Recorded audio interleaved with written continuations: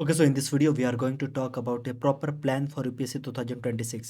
Like अगर हम अभी से काउंट करते हैं यूपीएससी 2026 के लिए, तो हमारे पास में अप्रोक्सीमेट 16 महीने के आसपास का टाइम रहता है। देखिए अभी हम जनवरी 2025 में हैं, और अगर हम बात करेंगे 2026 का एग्ज़ाम की, तो वो करीब मई 2026 में होगा। तो यानी कि हमारे पास में अभी करीब-करीब अगर हम टोटल काउंट करते हैं तो करीब ये 16 मंथ के आसपास का टाइम रहता है। तो ऐसा नहीं है कि ये टाइम कुछ ज़्यादा है।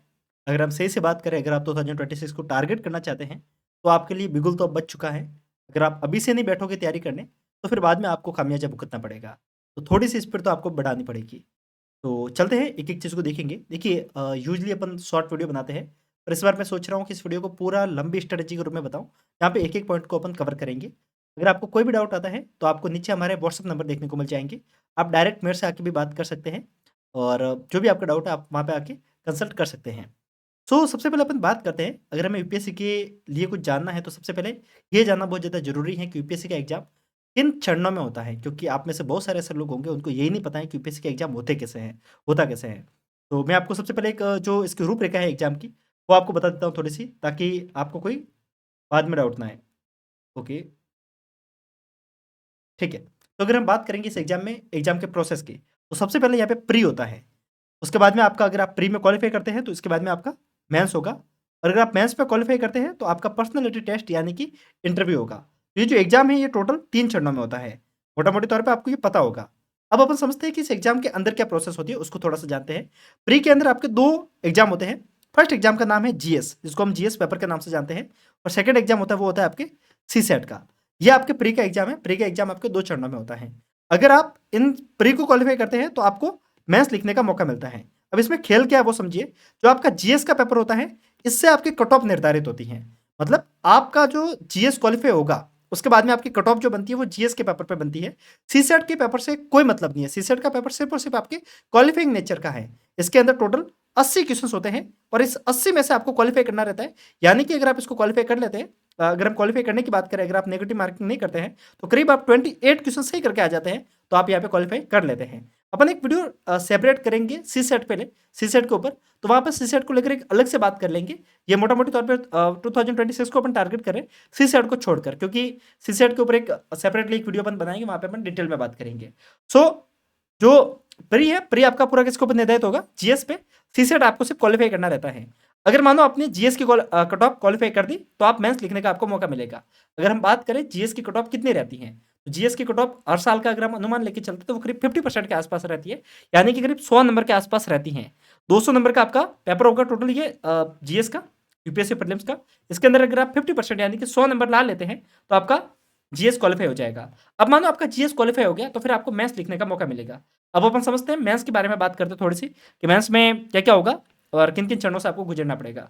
मेंस में आपका टोटल जीएस के 4 पेपर होते हैं।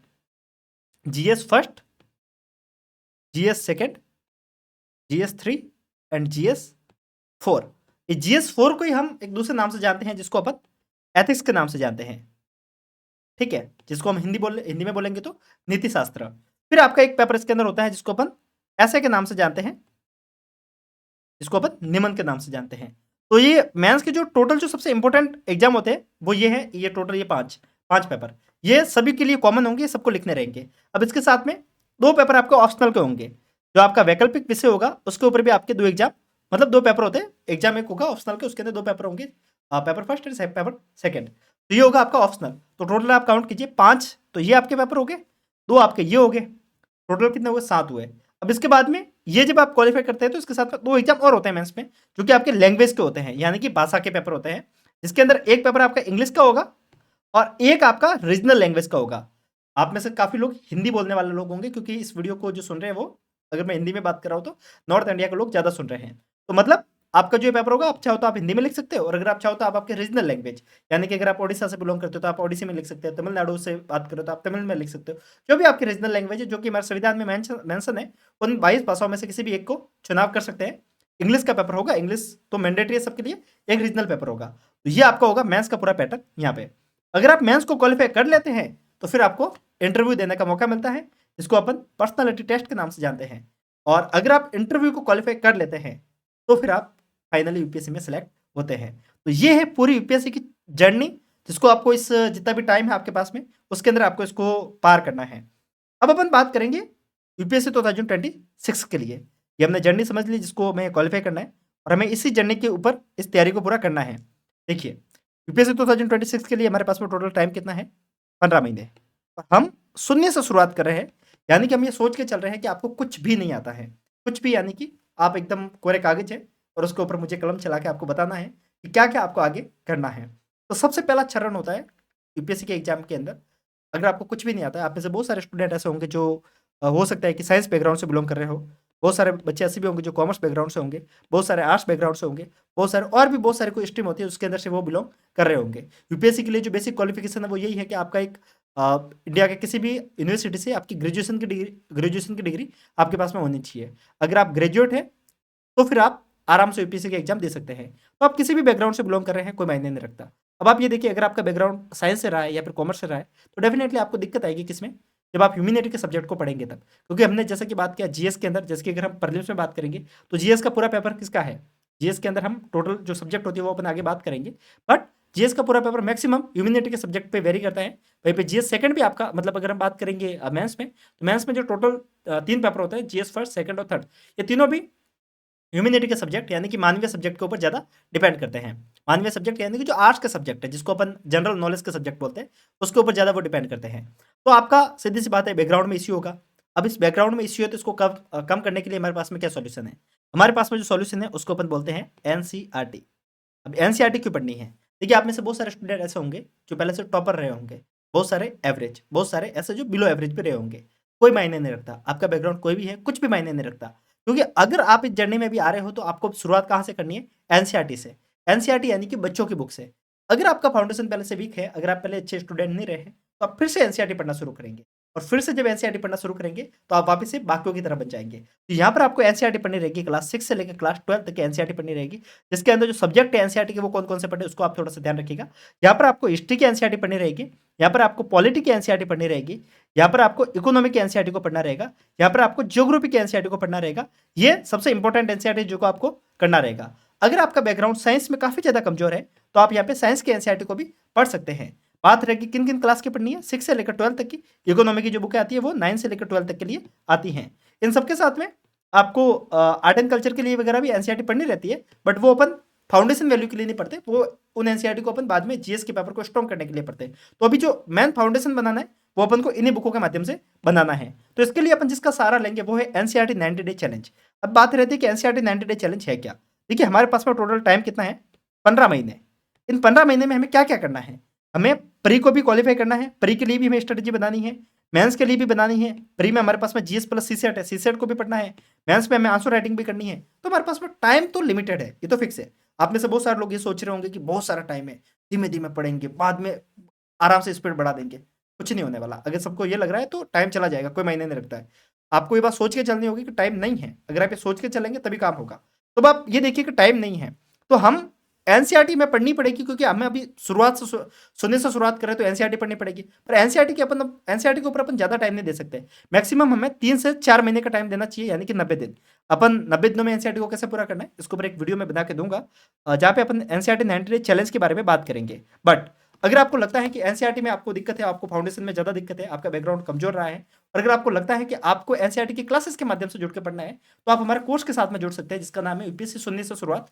ये आपके फाउंडेशन के लिए बनाया गया है, कोई भी स्टूडेंट इसके अंदर एनरोल कर सकता है। अगर आपको लगता है कि आपको एनसीईआरटी में दिक्कत है, तो यहाँ पर हम क्या क्या करने वाले हैं उस बात को समझिए। यहाँ पर हम आपको सबसे पहले एनसीईआरटी पूरी करवाएंगे।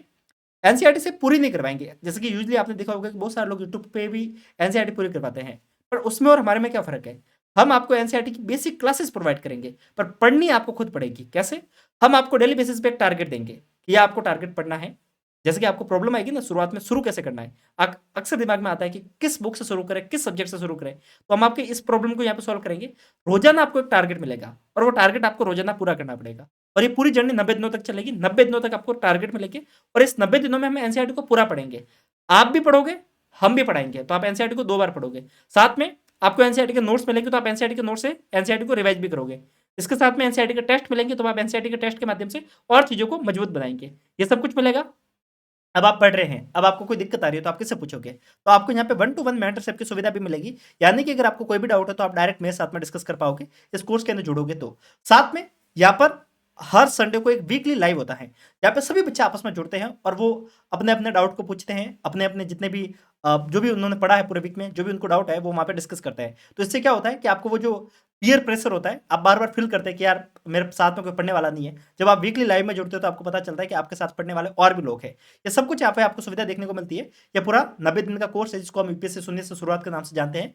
इसकी जो प्राइस है वो ₹599 है। इसके अंदर अगर आपको एनरोल करना है तो आपको डिस्क्रिप्शन में एप्लीकेशन की लिंक मिलेगी। आप डायरेक्ट जाके डाउनलोड कर सकते हैं। साथ में आपको देखिए स्क्रीन पे नंबर शो हो रहे होंगे 7976479107। इस नंबर पे आप अगर आपको कोई भी डाउट है तो आप मुझे डायरेक्ट मैसेज कर सकते हैं। तो ये तो है एनसीईआरटी के बारे में। तो चलते हैं थोड़ा-सा और देखते हैं एनसीईआरटी के बारे में अपन को क्या करना है। ये हमने क्या किया अभी? अभी हमने शुरुआत के 90 दिन बिता दिए हैं, क्योंकि हमें फाउंडेशन स्ट्रॉन्ग करना बहुत ज़्यादा ज़रूरी है। अगर आप फाउंडेशन स्ट्रॉन्ग नहीं करेंगे तो आपको बाद में दिक्कत आएगी। काफ़ी लोग क्या करते हैं कि भाई यूट्यूब से वो देख लेते हैं कुछ एक वीडियो जो वो सोचते हैं कि ठीक है काम हो जाएगा। काम नहीं होगा, बाद में आपको प्रीलिम्स में दिक्कत आएगी, बाद में आपको मेंस में दिक्कत आएगी और कई बार हमारे जो बेसिक कॉन्सेप्ट कमज़ोर रह जाते हैं, तो अपन इंटरव्यू में भी लैग करते हैं। कैसे? क्योंकि इंटरव्यू में वो जो सवाल करेंगे वो हो सकता है कई बार बेसिक फाउंडेशन पे सवाल कर लें और अगर अपन को वो ही नहीं पता है तो फिर कितनी आप सोच के देखिए कि आप एक एज़ बड़े लेवल पे वहाँ पे जाके इंटरव्यू में बैठे और अगर आपको बेसिक फाउंडेशन के क्वेश्चंस नहीं आ रहे, तो कहीं न कहीं आपके कॉन्फिडेंस को वहाँ पे डाउन कर सकता है। तो फाउंडेशन के ऊपर मन को अच्छे से ध्यान देना है। तो यहाँ पे अपने क्या बात की है, फाउंडेशन के ऊपर बात की है और ये हमें शुरुआत के 3 महीने तक इस जर्नी को जीना है। ध्यान रखिएगा इस 15 महीने में, ये शुरुआत के 3 महीने फाउंडेशन पे ऊपर ही हमें देना है। फाउंडेशन यानी कि जो बेसिक फाउंडेशन है ये, मतलब नींव भरी जा रही है। काफ़ी लोग इसको इग्नोर करेंगे, इसको अगर इग्नोर करोगे तो बाद में आपको खामियाजा भुगतना पड़ेगा। ये जो शुरुआत के 3 महीने आप बिताएँगे, इसमें सिर्फ़ और सिर्फ़ अपन एनसीईआरटी पढ़ेंगे, साथ में अपन एक काम और करेंगे वो है करंट अफेयर्स। ध्यान रखिएगा यूपीएससी के लिए करंट अफेयर्स एक कह सकते हैं कि की है, जिसके माध्यम से अपन यूपीएससी को क्वालीफाई कर सकते हैं। अगर किसी व्यक्ति को करंट अफेयर्स के अंदर रुचि नहीं है, तो ध्यान रखिएगा यूपीएससी में बाद में उसको खामियाजा भुगतना पड़ेगा। एट द एंड उसका सिलेक्शन होने में हो सकता है कि कोई आशीर्वाद है भगवान का, अलग से कुछ शक्तियाँ लेके आया है, तो वो क्वालीफाई कर लेगा। Otherwise without current affairs UPSC qualify करना आई थिंक इम्पॉसिबल है।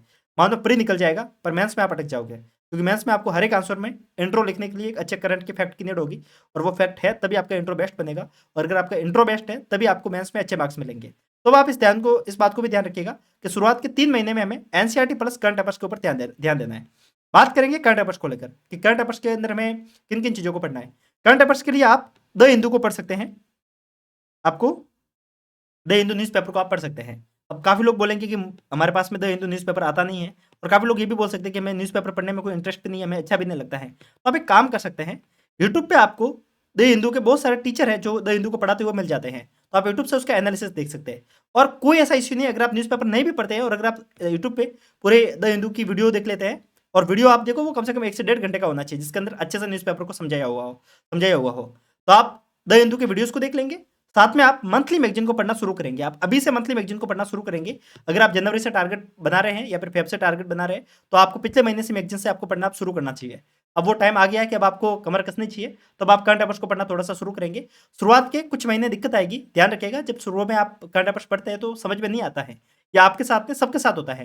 क्यों होता है? क्योंकि आपको कुछ पता ही नहीं है। आपको ना प्रेज़िडेंट के बारे में पता है, ना आपको इलेक्शन के बारे में पता है, कुछ भी नहीं पता है। अब आपके अंदर वही उसी टाइप के कुछ एक कॉन्सेप्ट आते हैं, इकोनॉमी के कुछ एक कॉन्सेप्ट आते हैं, रेपो रेट क्या है, रिवर्स रेपो रेट क्या है, बैंक क्या है? अगर आपको बेसिक कॉन्सेप्ट नहीं पता है, जीडीपी क्या है, जीएसटी क्या है, तो फिर आपको दिक्कत तो आएगी। तो ध्यान रखिएगा कि शुरुआत में 1 महीना थोड़ा-सा कहते हैं ना कि वो ज़हर के घूँट पीने हैं, वो आपको पीने पड़ेंगे।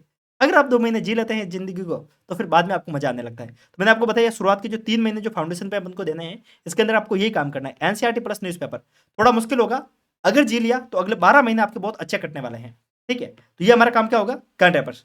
अब अपन बात कर लेते हैं यूपीएससी की बुक लिस्ट के बारे में, ठीक है? काफ़ी लोग क्या है कि ये सवाल काफ़ी लोगों का रहता है यूपीएससी की बुक लिस्ट। बाकी देखिए, अभी तक मैंने आपको जो भी बताया कि लाइक आपको दिक्कत आएगी है। आपको कोई भी दिक्कत आ रही है, आपको नीचे नंबर देखने को मिल जाएँगे। आप मैसेज कर सकते हैं। साथ में हम एक काम कर लेंगे, आप सब लोग अगर आपको लगता है कि हमें एक ज़ूम सेशन करना चाहिए, आपका कुछ भी डाउट है तो मैसेज कीजिएगा।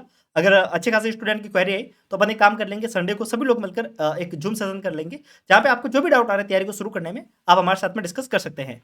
सो अपन बात करते हैं बुक लिस्ट को लेकर। देखिए, आप यूट्यूब पे जाएँगे, यूट्यूब पे बुक लिस्ट को देखेंगे तो बहुत सारे लोग अलग-अलग बुक्स को बताते हैं। इतनी ज़्यादा बुकें पढ़ने की ज़रूरत नहीं है। अपन लिमिटेड सोर्सेज़ को रखेंगे, जो आपके यूपीएससी के लिए काम में आएगा और जिसको अपन पढ़ भी सकते हैं, जिसको अपन 2 से 3 बार रिवाइज़ भी कर सकते हैं। सबसे पहले बात करते हैं वो बुक है जो सभी लोग रिकमेंड करते हैं, सभी टॉपर्स ने आपको रिकमेंड की होगी और आपने कई बार सुना भी होगा, कई बार आपने टॉपर्स के मुँह से इन बुकों का नाम सुना भी होगा। 1 सेकंड।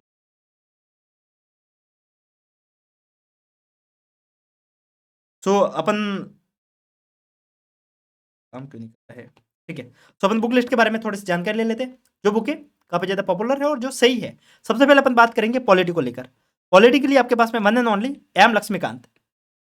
वैसे मैंने एक बुक लिस्ट को लेकर पूरा वीडियो किया था, लेकिन आप यहाँ पे एक बार के लिए एम लक्ष्मीकांत, मैंने क्या नाम लिख दिया, नाथ लिख दिया, एम लक्ष्मीकांत, जो कि पॉलिटी के लिए वन एंड ओनली सोर्स है। आपका काम यहाँ से हो जाएगा। प्री प्लस मेंस के लिए इनफ बुक है। काफ़ी लोग सवाल करते हैं कि मेंस के लिए इनफ नहीं है, मेंस के लिए इनफ नहीं है, पर ध्यान रखिएगा ये सवाल आप तभी कीजिए जब आपके लिए एक बार प्री के जितना जो कॉन्सेप्ट है वो पूरा हो जाए। एक बार आप लक्ष्मीकांत को पढ़ ले तब। एक बार के लिए लक्ष्मीकांत पढ़ लेंगे, फिर वैल्यू एडिशन करना है तो वो अपन बाद में करते रहेंगे, लेकिन पहले एक बार के लिए अपन को लक्ष्मीकांत पढ़नी चाहिए पॉलिटी के लिए, एटलीस्ट एक बार वो पढ़ेंगे, फिर आप वैल्यू एडिशन के बारे में सोचिएगा। एक बार पढ़ लेंगे फिर उसको आप मल्टीपल टाइम रिवाइज कर सकते हैं। पॉलिटी के लिए बात कर ली, अब अपन बात करते हैं हिस्ट्री के लिए। हिस्ट्री के लिए हमारे पास में अलग अलग सोर्सेज होते हैं। वैसे तो प्री में तो आजकल हिस्ट्री काफ़ी कम आ रही है, बट मेंस के लिए आज भी उतनी की उतनी रिलेवेंट है, जो कि जीएस फर्स्ट का पार्ट है, पॉलिटी जीएस सेकंड का पार्ट है। ठीक है, थोड़ा बहुत साथ साथ में बताता रहता हूँ। वैसे तो आप सिलेबस के ऊपर एक वीडियो करेंगे, वहाँ पे अपन सिलेबस को डिकोड करेंगे पूरा, तो और अच्छे से समझेंगे। हिस्ट्री के लिए हमारे पास में 3 सब्जेक्ट होते हैं। सबसे पहला होता है मॉडर्न हिस्ट्री, सेकंड होता है हमारा मिडिवल हिस्ट्री, थर्ड होता है हमारा एंशिएंट इंडिया, जिसको अपन प्राचीन भारत के नाम से जानते हैं। मॉडर्न इंडिया यानी कि आधुनिक भारत। आधुनिक भारत के लिए एक बुक है स्पेक्ट्रम, आप स्पेक्ट्रम को पढ़ेंगे। बात करेंगे मिडिवल इंडिया। मिडिवल इंडिया के लिए आप छत्तीस चंद्रा बुक को पढ़ सकते हैं, अच्छी बुक है। अगर आप इस बुक को नहीं पढ़ना चाहें तो आप ओल्ड एनसीईआरटी के माध्यम से भी काम चला सकते हैं। दोनों बुकें लगभग एक जैसी है, या तो आप छत्तीस चंद्रा पढ़ेंगे या फिर आप ओल्ड एनसीईआरटी पढ़ेंगे। और एंशिएंट इंडिया के लिए आप प्रोफेसर राम शर्मा की बुक आती है, राम शर्मा। ठीक है, अब इसको मैं थोड़ा सा छोटा कर लेता हूँ।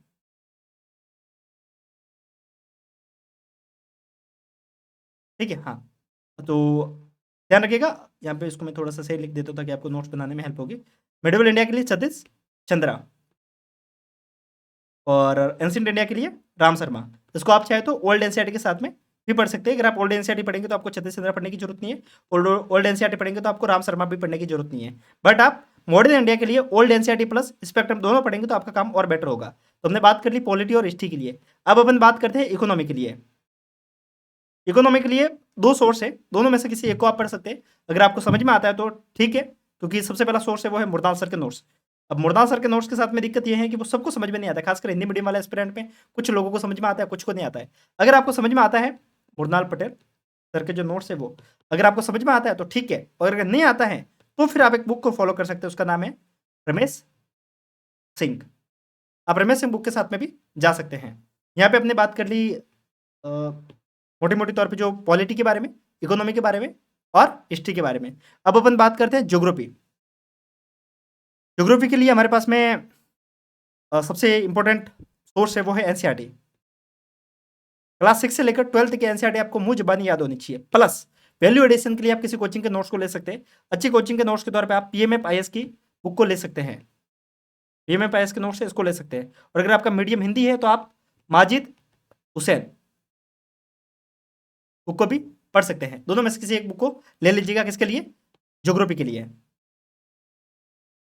ठीक है, एनसीईआरटी और मजिद हुसैन, ये हमने बात कर ली ज्योग्राफी के लिए। अब अपन बात करते हैं इन्वायरमेंट साइंस के लिए। इन्वायरमेंट के लिए आप अ, या तो फिर शंकरा एस की बुक को ले लीजिएगा, और या फिर आप पीएमए पाइस के नोट्स के साथ में जा सकते हैं।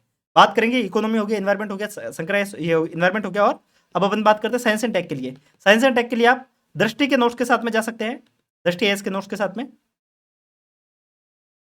और या फिर आप चाहे तो जो विजन की मैगजीन आती है, विजन के जो नोट्स आते हैं उसको ले सकते हैं। प्लस आपको करंट अफेयर्स के ऊपर थोड़ा ध्यान ज़्यादा देना चाहिए। बात करेंगे आईआर के लिए, कंप्लीटली आप करंट अफेयर्स के ऊपर रिलाई कीजिएगा। बात करेंगे सोशल जस्टिस के लिए, सोसाइटी के लिए, इन सब के लिए आप कोचिंग के नोट्स के ऊपर जा सकते हैं। साथ में एक बुक और भी होती है, डिजास्टर मैनेजमेंट है, इंटरनल सिक्योरिटी है। ये जितने भी सब्जेक्ट बचते हैं इनके लिए किसी भी बुक को मत खरीदिएगा, इनके लिए आप कोचिंग नोट्स के ऊपर जाएंगे तो आपका काम हो जाएगा। इन सब के साथ में जो 1 सेकेंड, एक और सोर्स रहता है जो रहता है आपका एथिक्स। एथिक्स के लिए आप या तो फिर किसी कोचिंग के नोट्स के साथ में जा सकते हैं, और या फिर आप लेक्सिकॉन को खरीद सकते हैं। लेक्सिकॉन बुक का नाम है, इस बुक के साथ में जाएंगे तो आपका एथिक्स का काम हो जाएगा। सो मोटा मोटी तौर पे जो हमने बात कर ली है वो जो मोस्ट पॉपुलर बुकें हैं उसके बारे में बात कर ली है। बाकी जो बुकें बची हैं, जो नोट्स के बारे में मैंने आपको जानकारी दी है, उसके ऊपर अपने एक डिटेल वीडियो कर रखा है, तो उसको एक बार के लिए देख लीजिएगा। तो यहाँ तक हमने बुक लिस्ट के बारे में जानकारी ले ली। तो हमने क्या किया अभी तक, शुरुआत के 3 महीने में हमने क्या करना है, एनसीईआरटी प्लस करंट अफेयर्स, ये 2 चीज़ें हमको शुरुआत के 3 महीने में करनी है। अब हमारे 3 महीने बीत गया, मतलब हम अभी अप्रैल में आ गए हैं, तो अभी हमें अप्रैल से हमारी जर्नी शुरू हो जाएगी यूपीएससी के लिए प्रॉपर। अब हमें क्या करना है, किसी भी एक स्टैंडर्ड बुक के साथ में शुरू करना है। यूजली शुरुआत करनी है तो आप पॉलिटी के साथ में कर सकते हैं, क्योंकि पॉलिटी थोड़ा इजी भी रहता है और पढ़ने में मजा भी आता है। तो पॉलिटी को आप शुरू करेंगे, तो आप कम से कम पॉलिटी के लिए जो दिन डिवाइड करेंगे वो करीब 45 दिन डिवाइड करेंगे। पॉलिटी को कैसे पढ़ना है इसको लेकर एक डेडिकेटेड वीडियो किया है मैंने, अगर यूट्यूब पे मिल जाए तो ठीक, नहीं तो एप्लीकेशन को डाउनलोड कीजिएगा, वहाँ पे मैंने उस वीडियो को टैग कर रखा है फ्री रिसोर्सेज में, तो वहाँ पे जाके देख लीजिएगा। तो 45 दिन में हम पॉलिटी को यहाँ पे खत्म करेंगे। साथ में अगर आप चाहे तो 2 बुकों को एक दिन में पढ़ सकते हैं, बट ऐसा मत कीजिएगा। अगर आप स्पीड में पढ़ना चाहते हैं तो रोजाना की एक ही बुक को साथ में लेके चलिए, एक बुक प्लस करंट अफेयर्स। शुरुआत के टाइम में तो यही कीजिए, क्योंकि ऐसा करेंगे तब आपकी बुकें थोड़ी जल्दी फास्ट फिनिश होगी। अदरवाइज क्या होगा कि अगर आप 2 बुकें लेके चलेंगे, एक बुक लेके चलते तो आप 45 दिन में पॉलिटी को फिनिश भी कर लेंगे, और अगर आप 2 बुकें लेके चलेंगे तो आप 3 महीने में 2 बुकें फिनिश करेंगे। तो उसमें क्या होता है कि आप किसी भी एक बुक को पूरा नहीं कर पाते हो, तो 3 महीने तक आप 2 बुकें लेके चल रहे हो, तीनों को आधा आधा कर रहे हो, दोनों को आधा आधा कर रहे हो, तो इश्यू है। समझदारी ये रहेगी कि आप एक बुक को एक साथ लेके चलिए, स्पीड थोड़ी बढ़ेगी। तो आप क्या करेंगे, 45 दिन में पॉलिटी को पढ़ेंगे। फिर मैं आपको मोटा मोटी तौर पर जो बुक है उसके बारे में बता रहा हूँ, क्योंकि ये जो मेन स्ट्रेटेजी है ये आपको शुरुआत में कम से कम फॉलो करनी चाहिए। फिर आप इकोनॉमी को भी करीब आप 45 दिन का टाइम देंगे। तो आप यहाँ पे देख रहे हैं करीब 3 महीने आपने 2 बड़े सब्जेक्ट खत्म किए, जो कि आपके जीएस सेकंड और जीएस 3 का सबसे मेजर पोर्शन कवर करते हैं। और ये आप जो शुरुआत के 3 महीने प्लस 3 महीने 6 महीने बिताए हैं ना, ये मैं आपको इसके लिए बता रहा था, क्योंकि 6 महीने डिसाइड करेंगे अगले आप पूरा 10 महीने कैसे बिताने वाले हैं। कारण ये है कि अगर ये 2 सब्जेक्ट किसी का भी स्ट्रॉन्ग है तो उसको प्री में भी दिक्कत नहीं आएगी और मेंस में भी दिक्कत नहीं आएगी, करंट में भी दिक्कत नहीं आएगी, क्योंकि पॉलिटी और इकोनॉमी पूरा करंट के इश्यू को टैकल करता है। तो इन 2 सब्जेक्ट को आपको सबसे पहले देखना है, पॉलिटी और इकोनॉमी।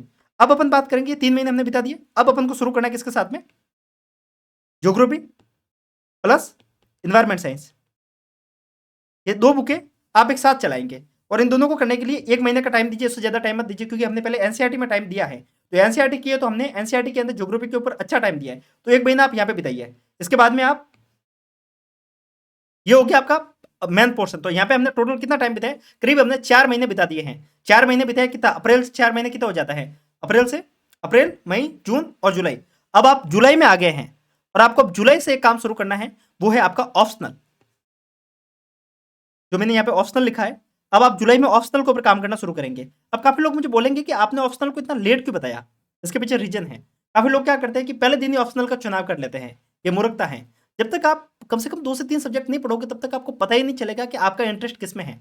आपने एक बार पॉलिटी पढ़ ली, इकोनॉमी पढ़ ली और ज्योग्राफी पढ़ ली। हिस्ट्री के लिए आपने पहले से एनसीईआरटी पढ़ी है, क्योंकि हिस्ट्री के लिए एनसीईआरटी लगभग आपको बता देता है कि आपका इंटरेस्ट हिस्ट्री में आ रहा है कि नहीं आ रहा है। तो बड़े जो सब्जेक्ट है वो आपको बता दिया है। अब आप ऑप्शनल के ऊपर काम कर सकते हैं कि आपको ऑप्शनल कौन सा लेना है। आपने ये जो शुरुआत की ये 4 और 3 7 महीने बिताए हैं, अब तक आपको समझ में आया होगा कि ऑप्शनल के ऊपर क्या करना है, कैसे करना है। अब आप यहाँ से ऑप्शनल का चुनाव करेंगे, और ऑप्शनल का किसी एक ऑप्शनल को चुनाव करेंगे और उसके ऊपर काम करना शुरू करेंगे। ऑप्शनल के लिए आप कम से कम 4 महीने डेडिकेट करेंगे। अब आपको करना क्या है, ऑप्शनल चलाना है, साथ साथ में प्लस जो आपके सब्जेक्ट बचे हैं मेंस के इंपॉर्टेंस के, उनको कवर करना शुरू करना है। जिसके अंदर सबसे पहले आप हिस्ट्री को लेंगे। हिस्ट्री को आप 7 महीने बाद ही लेना। कारण क्या है, काफी लोग हिस्ट्री से शुरुआत करते हैं और उसमें अटक के रह जाते हैं। आप में से काफी लोग होंगे जिन्होंने शुरू किया होगा और उसको ऐसा लग रहा होगा कि मैंने हिस्ट्री को पढ़ना शुरू किया, हमारा सिलेबस पूरा क्यों नहीं हो रहा है, क्योंकि हिस्ट्री बल्कि है, टाइम लेती है। इसके कारण समझदारी यही है कि आप हिस्ट्री को थोड़ा लेट उठाएं। तो हिस्ट्री को आप 7 महीने बाद उठाएंगे, क्योंकि आपने थोड़े बहुत स्पीड बना ली है, आपको अंडरस्टैंडिंग मिल गई है कि अब आपको क्या करना है। हिस्ट्री को पढ़ने के लिए कम से कम आपको 2 महीने का टाइम लग सकता है, ठीक है, क्योंकि हिस्ट्री थोड़ा सा बल्कि है। वैसे अगर आप स्पीड बढ़ाएंगे तो आप 1.5 महीने में कर सकते हैं, अदरवाइज आप 2 महीने में आप हिस्ट्री को करेंगे। तब आपको करना क्या क्या है, ऑप्शनल, हिस्ट्री, और साथ साथ में छोटे छोटे सब्जेक्ट उनको आप पूरा करते जाएंगे। जैसे कि आईआर, अब आईआर के लिए कितना टाइम लगता है, मुश्किल से 7 दिन भी नहीं लगता, 7 से 8 दिन, क्योंकि इसके अगर आप स्टैंडर्ड सोर्स की बात करते हैं तो बहुत कम आपको इसका फाउंडेशन वैल्यू पढ़ना रहता है। उसके लिए आप बिजनेस के नोट्स के साथ में जा सकते हैं। 70-80 पेज है, ज़्यादा नहीं है। 70-80 पेज की वो मैगजीन है, वो पढ़ लेंगे तो आपका आईआर का काम हो जाएगा। अब आप आईआर का काम वहाँ से कर लेंगे। अब बोलेंगे आईआर उससे हो जाता है, आईआर उससे नहीं होता है। आईआर के जितने भी कॉन्सेप्ट पूछे जाते हैं वो आपके करंट अफेयर से पूछे जाते हैं। और इस बात को आप ध्यान रखिएगा, जो मैंने आपको भी बताई नहीं है, कि देखिए हम शुरू जो अब जनवरी से कर रहे हैं, अब जनवरी से बार बार मैं आपको साथ साथ बताऊंगा नहीं, आपको मंथली मैगजीन पढ़ते ही जाना है। साथ साथ में करंट अफेयर्स के लिए मंथली मैगजीन पढ़ते जाना है, प्लस आपको डेली न्यूज़पेपर, ये 2 चीज़ें तो आपके साथ चलेगी। जब आप मंथली मैगजीन और डेली न्यूज़पेपर पढ़ रहे हो तो आपका आईआर के जो कॉन्सेप्ट है वो कवर हो रहे हैं।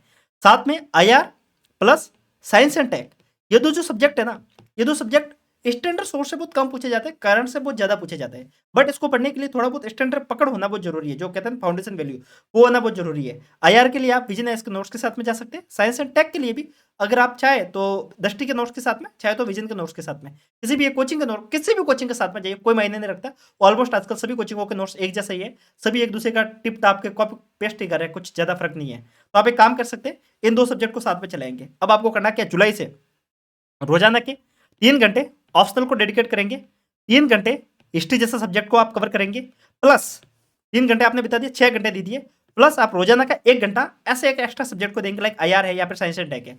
अब आप इसको लगभग 2 महीने तक बिताएंगे, तब आपका हिस्ट्री फिनिश हो जाएगा, आईआर फिनिश हो जाएगा, साइंस एंड टेक फिनिश हो जाएगा। और मेरा अनुमान है आप इसके साथ में और किसी सब्जेक्ट को लेना चाहें, जैसे कि डिजास्टर मैनेजमेंट है, आई थिंक इसको थोड़ा छोटा करना पड़ेगा, यहाँ पे कवर करते हैं। जैसे कि आपने जुलाई के बाद में आपको क्या करना है, शुरुआत के 2 महीने के लिए, 2 महीने में आपको करना क्या, प्रोसेस क्या है, 3 घंटे रोजाना आप देंगे ऑप्शनल को, 3 घंटे आप देंगे हिस्ट्री जैसे एक सब्जेक्ट को, और साथ में आप क्या काम करेंगे इसके साथ में, रोजाना का 1 घंटा देंगे आईआर जैसे सब्जेक्ट को, आईआर साइंस एंड टेक, क्योंकि ये मैं बता रहा हूँ आईआर जो सब्जेक्ट है वो मुश्किल से आपका 10 दिन में फिनिश हो जाएगा, साइंस एंड टेक आपका 15 दिन में, 15 दिन नहीं, साइंस एंड टेक करीब 20 दिन ले लेगा, थोड़ा फाउंडेशन को पढ़ने में टाइम लगता है, तो 20 दिन ये हो जाएगा। और मैंने 2 महीने का टाइम दिया ना आईआर प्लस डिजास्टर मैनेजमेंट के लिए, डिजास्टर मैनेजमेंट के लिए आपका डीएम जिसको अपन बोलते हैं डिजास्टर मैनेजमेंट, इसके लिए आपके पास में 5 दिन भी बहुत बहुत होते हैं, ठीक है। डिजास्टर मैनेजमेंट आपका पूरा हो जाएगा। फिर आपका इंटरनल सिक्योरिटी है, इंटरनल सिक्योरिटी के लिए आपको 10-12 दिन का टाइम लगता है, क्योंकि कोचिंग के नोट से पढ़ेंगे, 80-90 पेज की बुकलेट होती है इनके, ठीक है। तो इसके लिए आपको 10 से 15 दिन इसमें लग जाएंगे। प्लस आप इसके साथ में जो सोशल इश्यू है, जिसको अपन सोशल इश्यू के नाम से जानते हैं, इसके ऊपर आप थोड़ा सा टाइम दे देंगे। तो आपके शुरुआत के 2 महीने में क्या क्या कवर हो रहा है, अभी जुलाई से अगस्त और सितंबर तक, आपका सितंबर तक, अगर जुलाई से सितंबर तक की बात करेंगे तो आपका ऑप्शनल आधा हो जाएगा, आपका हिस्ट्री पूरा हो जाएगा, आईआर पूरा हो जाएगा, साइंस एंड टेक पूरा हो जाएगा, डिजास्टर मैनेजमेंट पूरा हो जाएगा, इंटरनल सिक्योरिटी हो जाएगा, साइंस सोशल इश्यू पूरा हो जाएगा। अब आप किसमें आगे हैं, सितंबर में, सितंबर में आपका हिस्ट्री फिनिश है, पॉलिटी फिनिश है, इकोनॉमी फिनिश है, और हिस्ट्री और ज्योग्राफी फिनिश, और आईआर इन्वायरमेंट साइंस फिनिश है, ये फिनिश है। साथ में जो छोटे छोटे सब्जेक्ट बताए ये फिनिश है। अब आपको क्या करना है, अब आपको ऑप्शनल तो चल ही रहा है, क्योंकि मैंने बताया ऑप्शनल के लिए आपको कम से कम 4 से 5 महीने डेडिकेट करने हैं। अब आपको ऑप्शनल का रोजाना के आप 3 घंटे दे ही रहे हैं, प्लस अब आप शुरू करेंगे ऐसे के लिए तैयारी, ऐसे प्लस एथिक्स को पकड़ना आप शुरू करेंगे। एथिक्स के लिए 2 महीने का टाइम लगता है, ऐसे के लिए 10 दिन भी काफी होते हैं। अगर आपने ये सब कुछ किया है तब आपको ऐसे के लिए ज्यादा टाइम लगेगा नहीं। यूट्यूब पे वगैरह कहीं पर भी बहुत सारी फ्री सीरीज मिल जाती है, देख लीजिएगा, आपका काम हो जाएगा ऐसे के लिए। तो आप यहाँ पे 2 से 2.5 महीने आप देंगे इन सारे सब्जेक्ट के लिए। अगर आप 2.5 महीने भी डेडिकेट करके रखते हैं तो आपका ऐसे प्लस एथिक्स पूरा हो जाएगा, और ऑप्शनल यहाँ पे आपका फिनिश हो जाएगा। तो सितंबर पूरा, अक्टूबर और मिड अक्टूबर, मतलब आप दिवाली तक आते आते लगभग ऑप्शनल पूरा कर लेंगे, और आपका लगभग जो बड़े बड़े सब्जेक्ट है वो फिनिश हो जाएंगे। अब आप ये देखिए कि आपका मैक्सिमम सिलेबस यहाँ तक आते आते पूरा हो जाएगा। अब आप क्या करने वाले हैं, अब आपको नीड है आंसर राइटिंग की और प्रैक्टिस की। काफी लोग क्या करते हैं, पहले दिन से आंसर राइटिंग के ऊपर ध्यान देते हैं। मुझे लगता है कम से कम पहले दिन तो नहीं देना चाहिए। अगर आपको आंसर राइटिंग करनी है तो कम से कम आप जुलाई से कीजिएगा, जुलाई से पहले मत कीजिएगा, क्योंकि एक बार आप पॉलिटी और इकोनॉमी को फिनिश कीजिए, उसके बाद आंसर राइटिंग कीजिए, आप ध्यान रखिएगा, उसके बाद में आपके आंसर और ज्यादा स्ट्रॉन्ग होंगे। अब बात रहती है कि हमें आंसर राइटिंग करनी है, अब हमें कोई ऐसा व्यक्ति मिले जो हमारे आंसर को चेक करे और बिल्कुल फ्री ऑफ कॉस्ट करे, तो कितना मजा आ जाएगा। इसके लिए मैं आपकी हेल्प करूंगा हमारे फ्री कोर्स के माध्यम से। देखिए मैंने आपको बताया एक हमारा कोर्स है शून्य से शुरुआत, इसकी प्राइस है 6599। यहाँ पे हम आपको 1-to-1 गाइड करते हैं, मेंटरशिप देते हैं, ये सब कुछ तो है फाउंडेशन वैल्यू के लिए। अब बात करेंगे इसके लिए प्रैक्टिस के लिए, कैसे करेंगे अपन आंसर राइटिंग। इसके लिए आपको हेल्प करेगा वो है हमारा फ्री चैट जीपीटी कोर्स। देखिए आप में से बहुत सारे लोग ऐसे हैं जिनको पता ही नहीं है कि चैट जीपीटी एक ऐसा टूल है जिसके माध्यम से कोई भी व्यक्ति चाहे तो अपनी तैयारी को शानदार बना सकता है, और बिल्कुल फ्री ऑफ कॉस्ट। इसके लिए हमने आप लोगों के लिए इस पूरे कोर्स को फ्री किया है। वैसे तो इसको कहीं खरीदने जाए तो 5-6 हज़ार का कोर्स है। काफ़ी लोग बोलेंगे फ्री में तो कुछ भी नहीं होता, फ्री क्यों दे रहे हो आप? फ्री वैसे कुछ होता ही नहीं है, वास्तविकता यही है। इस कोर्स को फ्री देने के पीछे रीज़न ये है कि अगर आप फ्री लेंगे तो क्या होगा, हमारे एप्लीकेशन पे व्यू बढ़ेंगे, एप्लीकेशन डाउनलोड होगा, और आप एक अच्छा सा रिव्यू लिखेंगे इसके बदले में, तो प्ले स्टोर पे हमारा एप्लीकेशन थोड़ा सा चमकेगा। तो हमारा जो लालच है वो यही है, बट मुझे लग रहा है कि हमारा जो लालच है वो पॉजिटिव लालच है। तो बात करेंगे इस कोर्स में हम आपको क्या-क्या सिखाने वाले हैं। यहाँ पे हम आपको सिखाएँगे यूपीएससी के नोट्स कैसे बनाने हैं, बिल्कुल फ्री ऑफ कॉस्ट ये पूरा कोर्स है। यूपीएससी के नोट्स कैसे बनाने हैं, साथ में मेंस के आंसर राइटिंग की तैयारी कैसे करनी है, आंसर राइटिंग कैसे करते हैं उसके बारे में सिखाएँगे। साथ में आंसर को चेक कैसे करवाना है। आप चैट जीपीटी के माध्यम से अपने आंसर को चेक करवा सकते हैं। ऐसे राइटिंग के बारे में हम आपको जानकारी देंगे, पीवाईक्यू एनालिसिस के बारे में जानकारी देंगे, मॉक टेस्ट के बारे में जानकारी देंगे कि आप कैसे चैट जीपीटी के माध्यम से मॉक टेस्ट बना सकते हैं, साथ में रिवीजन कैसे कर सकते हैं। सब कुछ हमने इस कोर्स में डिकोड किया है, बिल्कुल फ्री ऑफ कॉस्ट। तो आप चाहे तो इसके अंदर एनरोल कर सकते हैं। जिसके लिए करना क्या है, डिस्क्रिप्शन में आपको जाना है, डिस्क्रिप्शन में आपको सिविल एस्पिरेंट ऐप की लिंक मिलेगी। आप अगर जाएंगे तो आप प्ले स्टोर से भी डायरेक्ट जाके डाउनलोड कर सकते हैं, अदरवाइज आप लिंक नीचे मिलेगी, आप यहाँ से डाउनलोड कर सकते हैं। यहाँ पे आप जाएंगे तो आपको चैट जीपीटी का कोर्स मिलेगा, वहाँ पे आपको ₹1 का टोकन अमाउंट देना पड़ेगा। ये ₹1 का टोकन अमाउंट इसके लिए रखा है ताकि आप सीरियसली अभी जाकर उसके अंदर एनरोल कीजिए। आप एक काम कीजिए, वीडियो को अभी रोकिए, जाइए एनरोल कीजिए और वीडियो पे वापस आइए, भूलिए मत। थोड़ा स्ट्रॉन्ग बनिए, क्योंकि मुझे पता है वीडियो लंबा चल रहा है तो थोड़ा सा डिमोटिवेशन आ रहा होगा, लग रहा होगा कि यार क्या बोरिंग चीज़ें देख रहा हूँ, पर मोटिवेशन बना के रखिए तभी काम होगा। तो अब आप क्या करेंगे, जाके एनरोल कर लीजिएगा और साथ साथ में अभी देख के फिनिश कर लीजिए ताकि आपको बाद में दिक्कत नहीं आए। तो अब अपन क्या बात कर रहे थे, अपन अक्टूबर फिनिश आ गए थे, लगभग हम नवंबर तक पहुंच गए थे। हमने ऐसा फिनिश कर लिया, एथिक्स फिनिश कर लिया, ऑप्शनल फिनिश कर लिया, और जीएस में हमने क्या क्या फिनिश किया वो देखिए आप। जीएस में हमने पॉलिटी फिनिश कर लिया, इकोनॉमी फिनिश कर लिया, इन्वायरमेंट साइंस फिनिश कर लिया, ज्योग्राफी फिनिश कर लिया, साइंस एंड टेक फिनिश कर लिया, हिस्ट्री फिनिश कर लिया।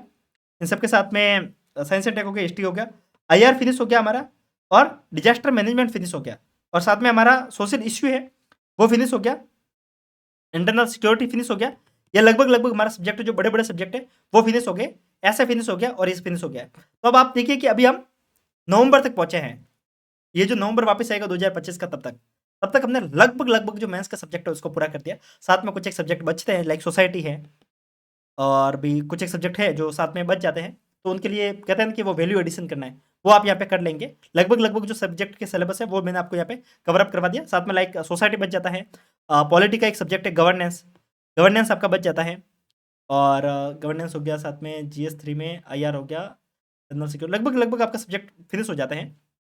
तो जो सब्जेक्ट बचे हैं उसको आप नवंबर तक कैसे भी आके नवंबर, मिड नवंबर, मतलब कह सकते हैं कि मिड दिसंबर तक पूरा कर लीजिएगा। 1 महीना और दीजिए जो सब्जेक्ट बचा है, क्योंकि हो सकता है कि जो हम तैयारी कर रहे हैं उसमें कई बार हम बीमार भी पड़ सकते हैं, कई बार हमें हॉलीडे भी लेना पड़ सकता है। तो अपन 1 महीने का यहाँ पे लेके चलेंगे एक्स्ट्रा टाइम पीरियड, कि जो सब्जेक्ट बचेगा उसको अपन यहाँ पे फिनिश कर लेंगे। और ये हमारा टाइम कब होता है, दिसंबर, 15 दिसंबर तक। 15 दिसंबर तक अपन ने ये लगभग चीज़ें पूरी की है, और अब हमारी जर्नी शुरू होती है यूपीएससी 2026 के लिए सीरियस मोड में। और यहाँ से अपन काम करना शुरू करेंगे सीसेट पे। काफ़ी लोग होंगे सीसेट को बहुत हल्के में लेते हैं। सीसेट जो कि मैंने आपको बताया था, प्रीलिम्स के लिए 2 एग्जाम होते हैं, जीएस और सीसेट। अब अपन जीएस सीसेट, जिसको अपन क्या बोलते हैं, सिविल सर्विस एप्टीट्यूड टेस्ट, काफ़ी लोगों को इसके फुल फॉर्म भी नहीं पता है। कितने लोगों को पता है एक बार कमेंट करके बताइएगा। सो क्या करेंगे अपन सीसेट को लेकर यहाँ पे दिसंबर से, 15 दिसंबर से सीसेट के ऊपर काम करना शुरू करेंगे। और कैसे करेंगे, यहाँ पर अपन हर संडे को, या तो पूरा संडे सीसेट को देंगे, या फिर हम हर 2 दिन पे 1 घंटा सीसेट को देंगे, दोनों में से एक काम करेंगे।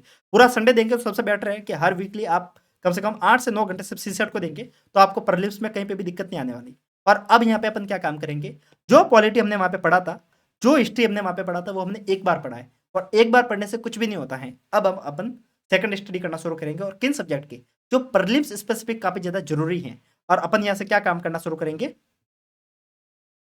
आंसर राइटिंग के बारे में वैसे मैंने आपको बता दिया, चैट जीपीटी के कोर्स के बारे में।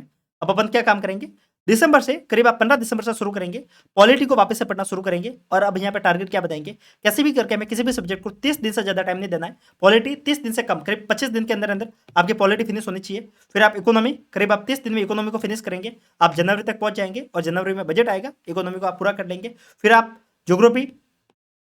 ज्योग्राफी है और इन्वायरमेंट साइंस है, इनको पूरा करेंगे, साइंस एंड टेक पूरा करेंगे, और रिवीजन करेंगे शुरुआत के कम से कम मार्च तक। आपका काम सिर्फ एक ही रहेगा कि आपको रिवाइज करना है। जो व्यक्ति रिवाइज करेगा उसका फायदा होगा, जो नहीं करेगा उसका बेड़ा गर्क होगा, कोई नहीं बचा सकता। सीधी बात है, जो व्यक्ति रिवीजन के ऊपर ध्यान नहीं देगा उसका कोई भी हेल्प नहीं कर सकता। साथ में आप करंट अफेयर्स को पढ़ रहे हैं, पुराने करंट अफेयर्स की मैगजीन को भी अब पढ़ना शुरू करेंगे, क्योंकि अब आप प्रीलिम्स के जस्ट 4 महीने पहले हैं। मई में एग्जाम होने वाला है, आप जनवरी तक पहुंच गए, यही टाइम आपका फिर आएगा जब तक आपने मेंस के सारी चीज़ों को पढ़ लिया है। प्री का जो सिलेबस है वो आपका बचा है, प्री का भी आपने पहले वैसे पढ़ रखा है। अब आपको रिवाइज करने की जरूरत है, प्रैक्टिस करने की जरूरत है, और अब आप इसके ऊपर काम करने लग जाएंगे। अब आपको इसके साथ में एक काम और करना है, वो है पीवाईक्यू एनालिसिस। काफ़ी लोग क्या करते हैं कि आपने सुना होगा टॉपर्स को कि बिना पीवाईक्यू के कुछ भी नहीं होता है। हमें पीवाईक्यू करना है। हम जब शुरुआत में एनसीईआरटी पढ़ेंगे तभी हमें पीवाईक्यू की बुक को खरीदना है और हमें पीवाईक्यू को देखते चलना है। बट जो पीवाईक्यू एनालिसिस का असली ज्ञान शुरू होता है वो तब होता है जब आपका सिलेबस पूरा हो जाता है। जब तक आपका सिलेबस पूरा ही नहीं है तब तक आप पीवाईक्यू एनालिसिस नहीं कर सकते। बात करेंगे पीवाईक्यू एनालिसिस करना कैसे है, वो समझिए। पीवाईक्यू एनालिसिस करने के लिए आपको एक काम करना है। आपको लाइक एक एग्जांपल से समझते हैं। काफ़ी लोग क्या करेंगे, एक बुक को खरीदेंगे, जैसे कि दृष्टि की पीवाईक्यू की बुक को आपने ले लिया, या फिर आप दिशा की बुक को ले सकते हैं, किसी भी बुक को ले लीजिए। और काफ़ी लोग क्या करेंगे, जैसे बुक खोलेंगे उसके अंदर सबसे पहला सेक्शन मिलता है हिस्ट्री, जाएँगे हिस्ट्री के क्वेश्चंस देखने लग जाएँगे। हिस्ट्री पढ़ रहे, हिस्ट्री पढ़ रहे, हिस्ट्री पढ़ रहे। वो पीवाईक्यू एनालिसिस नहीं है, वो आप सिर्फ क्वेश्चंस देख रहे हो। पीवाईक्यू एनालिसिस का मतलब समझ रहे हो? आपको इसके ऊपर गहन अध्ययन करना है। कैसे अध्ययन करेंगे वो समझिए आप।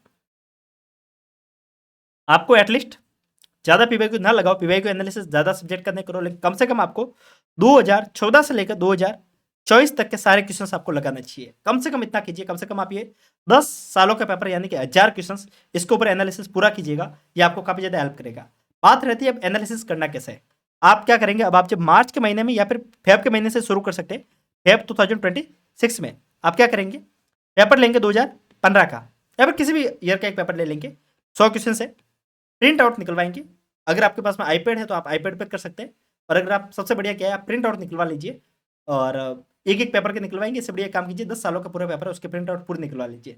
सवाल है कि सारे पीवाईक्यू कहाँ से मिलेंगे, डिस्क्रिप्शन में एप्लीकेशन की लिंक है हमारा सिविल एस्पिरेंट ऐप की, सारे पीवाईक्यू वहाँ पे पड़े हैं। ऐप पे अगर डायरेक्ट नहीं मिल रहे हैं, प्ले स्टोर नीचे आपको टेलीग्राम चैनल की लिंक मिलेगी, उस पर भी पड़े हैं, आप जाकर डाउनलोड कर लीजिएगा सारे पेपर को, ठीक है। अब आपको करना क्या है, 2 घंटे का टाइम देना है खुद को, और प्रॉपर एग्जाम में कैसे बैठते हैं वैसे 2015 के पूरे पेपर को लगाना शुरू करेंगे। अब आप लगाएंगे, जो आ रहा है वो ठीक, जो नहीं आ रहा छोड़ेंगे। क्यों? क्योंकि अभी तक आपने पूरे सिलेबस को पढ़ लिया है, अपने लगभग चीज़ें आपने जानी है। अब आप एग्जाम में कैसे बैठते हैं वैसे आप पेपर को लगाना शुरू करेंगे। 2 घंटे के पेपर को करने में आपको, क्यों पुराना पेपर है तो आपको 1.5 घंटा लग जाएगा, आधे घंटे पहले आप फिनिश कर लोगे इसको। अब आप क्या करेंगे, जो जो क्वेश्चंस आपके गलत हुए हैं पहले उसके ऊपर काम कीजिए। ये क्वेश्चंस गलत हुए तो हुए क्यों? गूगल पे यूज़ करना शुरू कीजिए। चैट जीपीटी मैंने आपको बताया है ना, चैट जीपीटी में हमने सिखाया है कि पीवाईक्यू एनालिसिस कैसे करना है। तो वहाँ पे हमने ये सिखाया है कि किसी क्वेश्चंस को कैसे एनालिसिस करते हैं। तो आप वहाँ पे डाल के कीजिएगा काम, ठीक है। क्या करेंगे, जो क्वेश्चंस गलत हुआ उस क्वेश्चंस को वहाँ डालेंगे और देखेंगे कि यहाँ पे क्या-क्या कमियाँ हुई है। सबसे पहले उस कमियों को देखेंगे। फिर उस पेपर में देखिए कुछ एक सब्जेक्ट ऐसे होंगे लाइक एनवायरनमेंट साइंस है, लाइक ज्योग्राफी है, लाइक साइंस एंड टेक है। इसमें आपको एक चीज़ समझ में आती है कि इन सब्जेक्ट में कहीं बार बिना नॉलेज के भी क्वेश्चन सही हो जाते हैं। और वो कैसे होते हैं, क्योंकि कहीं बार ऐसे क्वेश्चंस होते हैं जिसके लिए नॉलेज की नीड नहीं होती है, एनालिटिकल रीजनिंग की नीड होती है। और वो रीजनिंग कैसे डेवलप होगी, पीवाईक्यू से। आपको पता चलेगा कि साइंस एंड टेक के क्वेश्चंस पे यूजुअली किसी ऑप्शंस में दे रखा है कि सभी ऑप्शंस वो सही होते हैं। ऐसा बोलते हैं कि ये टैग कहाँ पे काम आ सकता है, और 4 ऑप्शन दे रखे होते हैं और फिर नीचे आता है 1 2 3। यूजुअली देखना साइंस एंड टेक में वो सही हो जाता है। एनवायरनमेंट साइंस में इसी तरीके से बहुत सारी चीज़ें सही हो जाती है। वो आईआर में कहीं बार ऐसी चीज़ें सही होती है, किसी इंटरनेशनल ऑर्गेनाइजेशन के बारे में पूछा है तो वहाँ पे समझ में आता है कि नॉलेज की नीड नहीं है, रीजनिंग की नीड है, और वो पीवाईक्यू एनालिसिस से होगा। पेपर डाउनलोड करना है, प्रॉपर 2 घंटे का टाइम देना है, प्रॉपर पेपर के ऊपर काम करना है, तभी आप ये काम कर पाएंगे, अदरवाइज नहीं हो पाएगा। ध्यान रखिएगा, जल्दबाजी से काम नहीं होता है। ये 2 घंटे का पेपर आप लगाएंगे, प्लस एनालिसिस करने में आपको कम से कम 4 से 5 घंटे लग सकते हैं। तो ध्यान रखिएगा, जब आप पीवाईक्यू एनालिसिस करेंगे ना, तो एक पेपर के ऊपर आपका पूरा दिन जाएगा। पूरे दिन के 8 घंटे आप पूरे एक पेपर पे देंगे, और उसके आप नोट्स बनाएंगे। और एक काम और करेंगे, जो ऑप्शंस किसी क्वेश्चंस में सही हैं वो तो पता है, जो ऑप्शंस गलत दे रखा है उसके भी नोट्स बना के रेडी करेंगे। क्यों? क्योंकि कई बार यूपीएससी पुराने गलत ऑप्शन से क्वेश्चंस बनाता है, और ये आपको समझ में आ जाएगा जब आप पिछले 10 साल के पेपर लगाओगे, तब आपको समझ में आएगा कि जो ऑप्शन 2015 में पूछा था उसी ऑप्शन से 2017 में क्वेश्चंस बना है। तो वो आपको यूपीएससी हर 2 से 3 साल में ऐसा करती है, वो आपको पीवाईक्यू एनालिसिस से समझ आ जाएगा। तो यहाँ पे अपने क्या किया, अपने प्रीलिम्स के लिए पीवाईक्यू एनालिसिस कर लिया, सीसेट के लिए काम कर लिया, जीएस के लिए काम कर लिया। अब आप बताइए क्या रह गया? कुछ भी नहीं रहा, और अपन करंट अफेयर साथ साथ में पढ़ते ही जा रहे हैं। अगर आप इस स्ट्रेटजी के साथ में चलेंगे, देन डेफिनेटली मैं आपको बता रहा हूँ, आपको कहीं पर भी कोई दिक्कत नहीं आने वाली। तो यहाँ पर हमने लगभग जो चीज़ें यूपीएससी के लिए इंपॉर्टेंट हो सकती हैं, उसके लिए हमने बहुत डिटेल में बात की। देखिए, अगर आपको लगता है कि इस टाइप की वीडियो से हेल्प होती है, तो आपको क्या करना है, वीडियो को शेयर करना है, साथ में एप्लीकेशन को डाउनलोड करना है, और अपना एक अच्छा सा रिव्यू लिखना है। साथ में अगर आप अभी तैयारी को शुरू सच में करना चाहते हैं, सीरियस मोड में करना चाहते हैं, देखिए फ्री ऑफ कॉस्ट में आपको बहुत कुछ देने की कोशिश करता हूँ, बट स्टिल बहुत सारी चीज़ें होती हैं जो नहीं हो पाती हैं, क्योंकि हम क्लासेज पूरी नहीं दे सकते, क्योंकि मेहनत लगती है। सारी चीज़ें अगर हम फ्री दे देंगे तो सीधी सी बात है ना, कि कोई भी व्यक्ति फ्री काम क्यों करेगा? अगर उसको कुछ मिल ही नहीं रहा, तो समाज सेवा से घर तो नहीं चलता है। तो हमें भी हमारा एक वो हर चीज़ फ्री ऑफ कॉस्ट देंगे तो वो बनेगा नहीं। इसके लिए हमने इस कोर्स को पेड रखा, बट इसको इतना कम प्राइस में रखा है कि कोई भी व्यक्ति इसके अंदर एनरोल कर सकता है। और जिस भी व्यक्ति ने इसके अंदर एनरोल किया है, उसका मैं आपको एक बार रिव्यू दिखाना चाहूँगा। आप स्क्रीन पे देखिए, जितने भी लोगों ने इसके अंदर एनरोल किया है, आप रिव्यू देखेंगे, आपको पता चलेगा कि हर एक को हेल्प ही हुई है। क्योंकि यहाँ पे हमने सिर्फ एनसीईआरटी पे काम नहीं किया है, जो आप बाकी कोचिंगों में जाते हैं, वहाँ पे फँसते हैं, उनसे बचने का भी तरीका बताया है। यहाँ पे हमने ये भी बताया कि बिना कोचिंग के आप पूरी तैयारी कैसे कर सकते हैं, एक-एक सब्जेक्ट को कैसे आप बिना कोचिंग के पढ़ सकते हैं, सब कुछ हमने यहाँ पे कवर किया है। तो अगर आप चाहते हैं कि आप अगर ढंग से एक बार के लिए पढ़ना चाहते हैं, तो आप इस कोर्स के साथ में जुड़ सकते हैं। तो यहाँ पे हमने लगभग मोटा-मोटी तौर पे सारी बात की। चैटजीपीटी के बारे में बात कर ली कि चैटजीपीटी के ऊपर अपन को कैसे काम करना है। एनसीईआरटी के ऊपर बात कर ली, एनसीईआरटी के सब्जेक्ट कौन-कौन से इंपॉर्टेंट है, उसके ऊपर बात कर ली। जाते-जाते एक और बात बता देता हूँ। काफ़ी लोगों को एक डाउट होता है कि ओल्ड एनसीईआरटी पढ़े या फिर न्यू एनसीईआरटी पढ़े। तो मैं आपको बता दूँ, यूपीएससी के लिए आप न्यू एनसीईआरटी को पढ़िएगा, सारी न्यू एनसीईआरटी पढ़िएगा, सिर्फ हिस्ट्री को छोड़कर। हिस्ट्री में आप न्यू प्लस ओल्ड एनसीईआरटी दोनों को पढ़ेंगे, ठीक है? ऐसा नहीं कि आप बाकी सब्जेक्ट के लिए भी ओल्ड एनसीईआरटी पढ़ लो, कोई ज़रूरत नहीं है। बाकी सभी सब्जेक्ट के लिए आप न्यू एनसीईआरटी पढ़िए, हिस्ट्री के लिए ओल्ड प्लस न्यू दोनों को पढ़िए, आपका काम हो जाएगा। साथ में बात रहती है करंट अफेयर्स के लिए द हिंदू पढ़िए, द हिंदू समझ में आता है तो ओके, नहीं आता तो यूट्यूब से एनालिसिस का वीडियो देख लीजिए, आपका काम हो जाएगा। बुक लिस्ट मैंने लगभग आपको बता दी है, फिर भी बहुत सारी बुकें छूटी होगी, अगर आपको डाउट है, पूछना है, नीचे आपको लिंक मिलेगा, आप लिंक नहीं व्हाट्सएप नंबर मिलेगा, आप डायरेक्ट मैसेज कर सकते हैं। इस सब के साथ में एक और बात, लाइक अभी आप पढ़ रहे हैं, अगर आपको लगता है कि हम सबको एक बार ज़ूम मीटिंग करनी चाहिए, तो आप एक बार के लिए मैसेज कीजिएगा अपना नंबर और अपना नाम, आप कहाँ से बात कर रहे हो, अपना एजुकेशनल बैकग्राउंड मैसेज कर लीजिएगा। जैसे हमारे पास में 30 स्टूडेंट का अपन एक बैच लेंगे जिसको अपन लाइव लाएँगे, तो 30-30 स्टूडेंट का अपन हर संडे को कर सकते हैं ऐसा। तो आप अपना जो भी कॉन्टैक्ट डिटेल है वहाँ पे आप पेस्ट कर लीजिएगा, तो हर संडे को अपन मिलेंगे और आपको जो भी डाउट है उसको सॉल्व कर लेंगे पर्सनली मिलकर। तो अपना नाम, अपना एड्रेस ये दोनों मेंशन करके आप आ सकते हैं, और इसके सिवा भी आपको कोई भी पर्सनल डाउट पूछना है, कुछ भी पूछना है, तो आप मेरे साथ में डिस्कस कर सकते हैं। सब कुछ हम इतना आपके लिए कर रहे हैं, अगर आपको लग रहा है कि इससे सच में आपकी हेल्प हो रही है, तो एक लाइक, एक कमेंट बनता है, और इस वीडियो को अपने फेलो एस्पिरेंट के साथ में शेयर करेंगे, अपने स्टेटस पर डालेंगे ताकि औरों को भी हेल्प हो और इस कोचिंग के माया जाल से वो बच पाएँ। तो मिलते हैं ऐसे वीडियो के साथ में, तब तक के लिए हँसते रहिए, मुस्कुराते रहिए, साथ-साथ में पढ़ते भी रहिए। माय नेम इज़ मुकेश पुखराज, मिलते हैं ऐसी वीडियो के साथ में, तब तक के लिए जय हिंद, नमस्कार।